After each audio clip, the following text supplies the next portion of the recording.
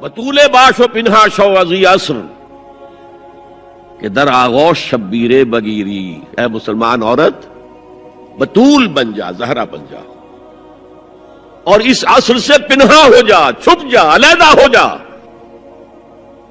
تاکہ تیرے آغوش میں حسین جیسا بچہ پیدا ہو۔ یہ پہلا ہے حجاب، سیگریگیشن آف سیکسز۔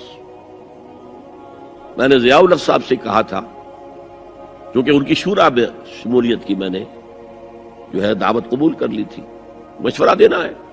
میں اپنے مسجد کے ممبر سے بھی مشورے بھی دیتا ہوں، تنقیدیں بھی کرتا ہوں۔ جیسے انگریزی کا محاورہ right from the horses mouth, تو right into the horses ears کچھ کہا جا سکے تو اچھی بات ہے۔ میں نے ان سے کہا آپ نے پی آئی اے کو ڈرائی کر دیا، شراب بند کر دی، اچھا کام کیا، بہت عمدہ کیا۔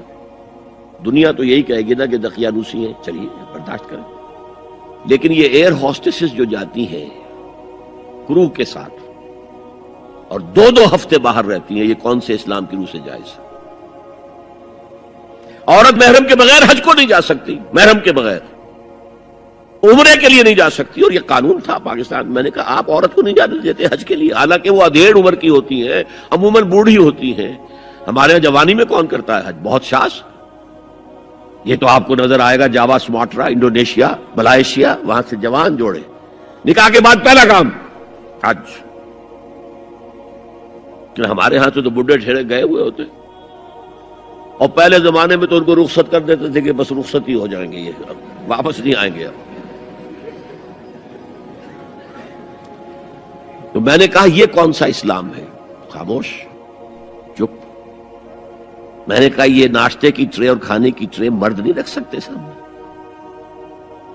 میرے خلاف باقاعدہ خواتین نے جلوس نکالے پاکستان میں جب میں نے پردے کی بات کی۔ گورنر سندھ کی بیوی جو ہے اس نے لیڈ کیا جلوس کو۔ میں طالبہ کیا کہ ان کی ٹیلی ویژن کے اوپر جو ہے ان کا سامنے آنا بند کیا جائے۔ میں نے کہا ٹھیک ہے۔ بدا الاسلام غریبا ویسعود کما بدا فطوبی للغرباء۔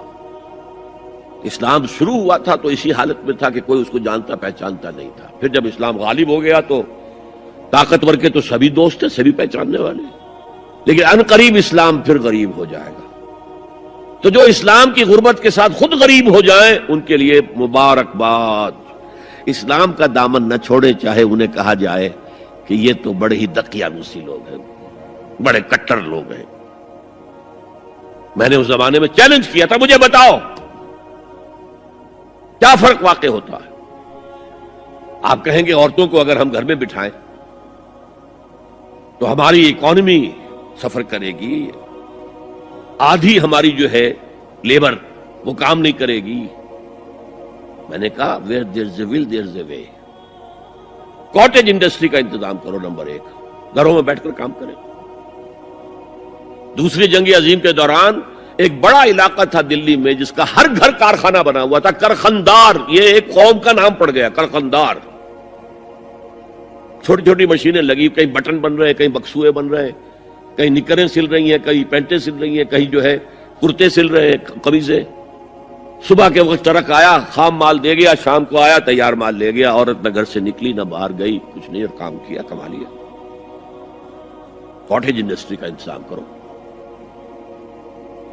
اسی طریقے سے ایسے یونٹ بناؤ انڈسٹریل جس میں عورتیں کام کریں، عورتیں سپروائز کریں، ورکنگ آورز کم رکھو تاکہ وہ اپنے گھر کا کام بھی کر سکیں۔ کرو۔ عورتوں کے ہسپتال میں عورتیں مرد، عورتیں مریض، عورتیں ڈاکٹر، عورتیں مریض، عورتیں نرسز۔ مردوں کے ہسپتال میں فیمیل نرسز کا کیا کام ہے؟ کیا میل نرسز نہیں ہوتے؟ اور کیا آرمی کے اندر جو فارورڈ یونٹس ہوتے ہیں کہ جو جاتے ہیں محاذ کے اوپر، ان میں کوئی عورت نرس جاتی ہے؟ میل نرسز جاتے ہیں، حالانکہ سب سے زیادہ نرسنگ کی ضرورت وہاں ہوتی ہے۔ کسی کا بازو اڑ گیا ہے، کسی کی ٹانگ اڑ گئی ہے، کسی کی پیٹ میں آ کر کسی بم کا ٹکڑا جو ہے لگایا، تڑیاں باہر نکلی ہوئی ہیں، تو نرسنگ سب سے زیادہ وہاں ضروری ہے۔ وہاں تو فیمیل نرسز نہیں ہوتی، میل ہوتے۔ سیگریگیشن، سیگریگیشن، سیگریگیشن، یہ آگ اور پانی کا ملاپ درست نہیں ہے۔ تو بڑا، سب سے بڑا پردہ لونڈیوں کے مسئلے کی وضاحت۔ سوال نمبر 1 اکبر علی صاحب ہے یہ۔ اکبر علی بیگ. قرآن مجید سورۃ المومنون کی آیت نمبر 5-6 کا ترجمہ یہ ہے جو اپنی شرمگاہوں کی حفاظت کرتے ہیں بجز اپنی بیویوں کے یا ان عورتوں کے جو ان کے قبضے میں ہیں یعنی لونڈیاں. اس میں ان پر کچھ ملامت نہیں. یہاں پر کون سی لونڈیاں مراد ہیں؟ کیا ان کا رواج آج کل ہے کسی لڑکی کو پیسے دے کر خرید کر لونڈی بنانا تو اسلام میں سخت منع ہے. از راہ قلم تفصیل سے وضاحت کیجیے. دیکھیے اسلام میں صرف ایک نوعیت کا غلام یا لونڈی جائز ہے اور وہ ہے اگر جہاد فی سبیل اللہ ہو اور اس میں پی او ڈبلیوز کی حیثیت سے جو کہ کمبیٹنٹ جو کہ واقعتاً جنگ میں حصہ لینے والے ہیں مرد اور عورتیں جن کو آج کل پی او ڈبلیو بنا لیا جاتا ہے کہ وہ جو ہیں پرزنرز آف وار، ان کو اسلام نے اجازت دی ہے کہ بجائے اس کے کہ مستقل اس وہ کنسنٹریشن کیمپس میں پڑے رہے وہ اس میں ان کو اسلامی معاشرے کے اندر جذب کرنے کے لیے ان کو تقسیم کر دیا جائے لوگوں کے اندر. یہ ہے در حقیقت اس کی غرض و قائد. اور وہ بھی ایسا ہو سکتا ہے کہ کہیں مبادلے کے اندر اگر شکل بہتر بن سکتی ہو تو اس کو بھی اجازت ہے. کہیں اگر سر فدیہ لے کر چھوڑ دینے میں کوئی قباحت نہ ہو تب بھی اس کی اجازت ہے. یہ سورہ محمد صلی اللہ علیہ وسلم کی آیت جو ہے اس کے تحت ہم پڑھ چکے ہیں. لیکن فرض کیجیے کوئی شکل ممکن نہیں ہے تو پھر کیا کریں؟ انہیں کنسنٹریشن کیمپس کے اندر رکھیں. وہ تو گویا کہ ایک مستقل لائبلٹی بھی آپ پر ہو گئی اور نمبر 2 یہ کہ ان کی اپنی زندگی اب نارمل ہو گئی. اس کی بجائے ان کو نارمل سوسائٹی میں جذب کرنے کا طریقہ یہ ہے کہ کلاس 2 سٹیزنز کی حیثیت سے وہ مسلمانوں میں اس معاشرے میں دے دیے جائیں. اس طرح کی جو خواتین ہوں گی ان کے ساتھ تعلق جو ہے جنسی وہ جائز ہے. یہ لونڈیاں جو اس طریقے سے لونڈی بنی ہو اس کی فروخت بھی جائز تھی. کسی آزاد مرد یا عورت کو پکڑ کر لونڈی یا غلام بنا لینا حرام مطلق ہے. یعنی جو کیا تھا انہوں نے امریکنز نے کہ افریقہ سے پکڑ کر لوگوں کو جو ہے وہ جال ڈالا اور آدمی کو لیا اور لے کر لے گئے اور زنجیروں میں جکڑ کر امریکہ میں لے گئے اور پھر انہوں نے غلام بنا کر رکھا. یہ حرام مطلق ہے. اسلام کی تاریخ اس نوع کے کسی بھی غلط حرکت سے بالکل پاک ہے، خالی ہے. صرف جنگ کے اندر، اور اس کا بھی میں نے آپ کو بتا دیا کہ یہ سارے اگر اس میں آپشنز نہیں ہیں تو پھر یہ کہ آپ انہیں غلام بنا سکتے ہیں اور ان کی پھر فروخت بھی ہو سکتی ہے. یہ ہے جو میرے علم میں ہے. باقی کسی کو خام خواہ آپ نے خرید لیا اور کسی کو پکڑ کر کسی آزاد کسی مرد یا عورت کو اور زبردستی لے جا کر کے بھیجا، یہ تو بالکل حرام مطلق ہے، بہت بڑا جرم ہے. یہ ضمنی سوال ایک صاحب نے کر دیا ہے کہ نکاح ان لونڈیوں سے بھی کرنا ہوگا. نہیں، نکاح لازمی نہیں ہے لونڈیوں کے ساتھ. نکاح تو کر لیا تو پھر تو زوجہ ہو گئی، وہ علیحدہ کیٹیگری کہاں رہی. لیکن ترغیب دی گئی ہے کہ اگر آپ کسی لونڈی کو آپ کی وہ لونڈی تھی، وہ تھی پی او ڈبلیو کے طریقے سے آئی تھی، کنیز تھی، آپ نے اسے آزاد کیا، اس سے نکاح کر لیا، بہت بڑا نیکی کا کام ہے. تو ایمینسیپیشن جو تھی غلاموں کی اور کنیزوں کی آزادی کے لیے راستہ اللہ تعالیٰ نے یہ پیدا کیا کہ بہت سے گناہ ایسے ہیں کہ جن کا کفارہ یہ رکھ دیا گیا غلام آزاد کرو، غلام آزاد کرو.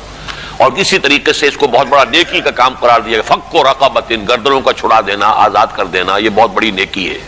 تو اس حوالے سے اس کا معاملہ. اسی طریقے سے کسی لونڈی کے ہاں سے اولاد اگر ہو گئی تو اب وہ ام ولد ہو گئی، اب وہ لونڈی نہیں رہی، ام ولد ہو گئی، اسے فروخت آپ نہیں کر سکتے، وہ آپ ہی کے ہاں رہے گی. لیکن یہ کہ وہ آپ کا اس کا درجہ جو ہے عام کنیز سے وہ بڑھ جاتا ہے. یہ تفصیلی قوانین ہے. اصولی سوال جہاں تک تھا اس کے حد تک میں نے عرض کر دیا ہے کہ اسلام میں یہ راستہ اب بھی کھلا ہے اور اس کی حکمت کیا ہے اس پر میں بھی بہت غور کرتا رہا. اس لیے کہ بظاہر تو عام خاص طور پر آج کل کے حالات میں یہ چیز جو ہے ذہن انسان کا اس کو قبول نہیں کرنے کو تیار ہوتا کہ اس طرح کا معاملہ بھی ہونا چاہیے. لیکن میں یہ سمجھتا ہوں کہ وہ جو جہاد فی سبیل اللہ آخری دور میں ہونے والے ہیں جن میں کہ حضرت مہدی اور حضرت عیسیٰ علیہ السلام کا معاملہ بھی ہوگا، اس میں سمجھتا ہوں یقیناً کوئی ایسے مراحل آئیں گے کہ جہاں اس انسٹیٹیوشن کو انووک کرنے کی ضرورت پیش آئے گی. اس کے لیے کہ اس کا راستہ شریعت کے اندر باقی رکھا گیا، کھلا رکھا گیا، اگرچہ اس پر بڑی پابندیاں لگا دی گئیں. یہ بھی ہے کہ غلام کو وہی کھلاؤ جو خود کھاتے ہو، وہی پہناؤ جو خود پہنتے ہو. کام کا بھی بوجھ اس پر اتنا زیادہ نہ ڈالو کہ جس کا بہت مشقت والا ہو جائے. کوئی بہت سخت کام ہے تو تم خود بھی اس کے اندر شریک ہو جاؤ اس کے ساتھ. یہ ساری چیزیں ہیں، ان کے ساتھ نیک سلوک کرنا.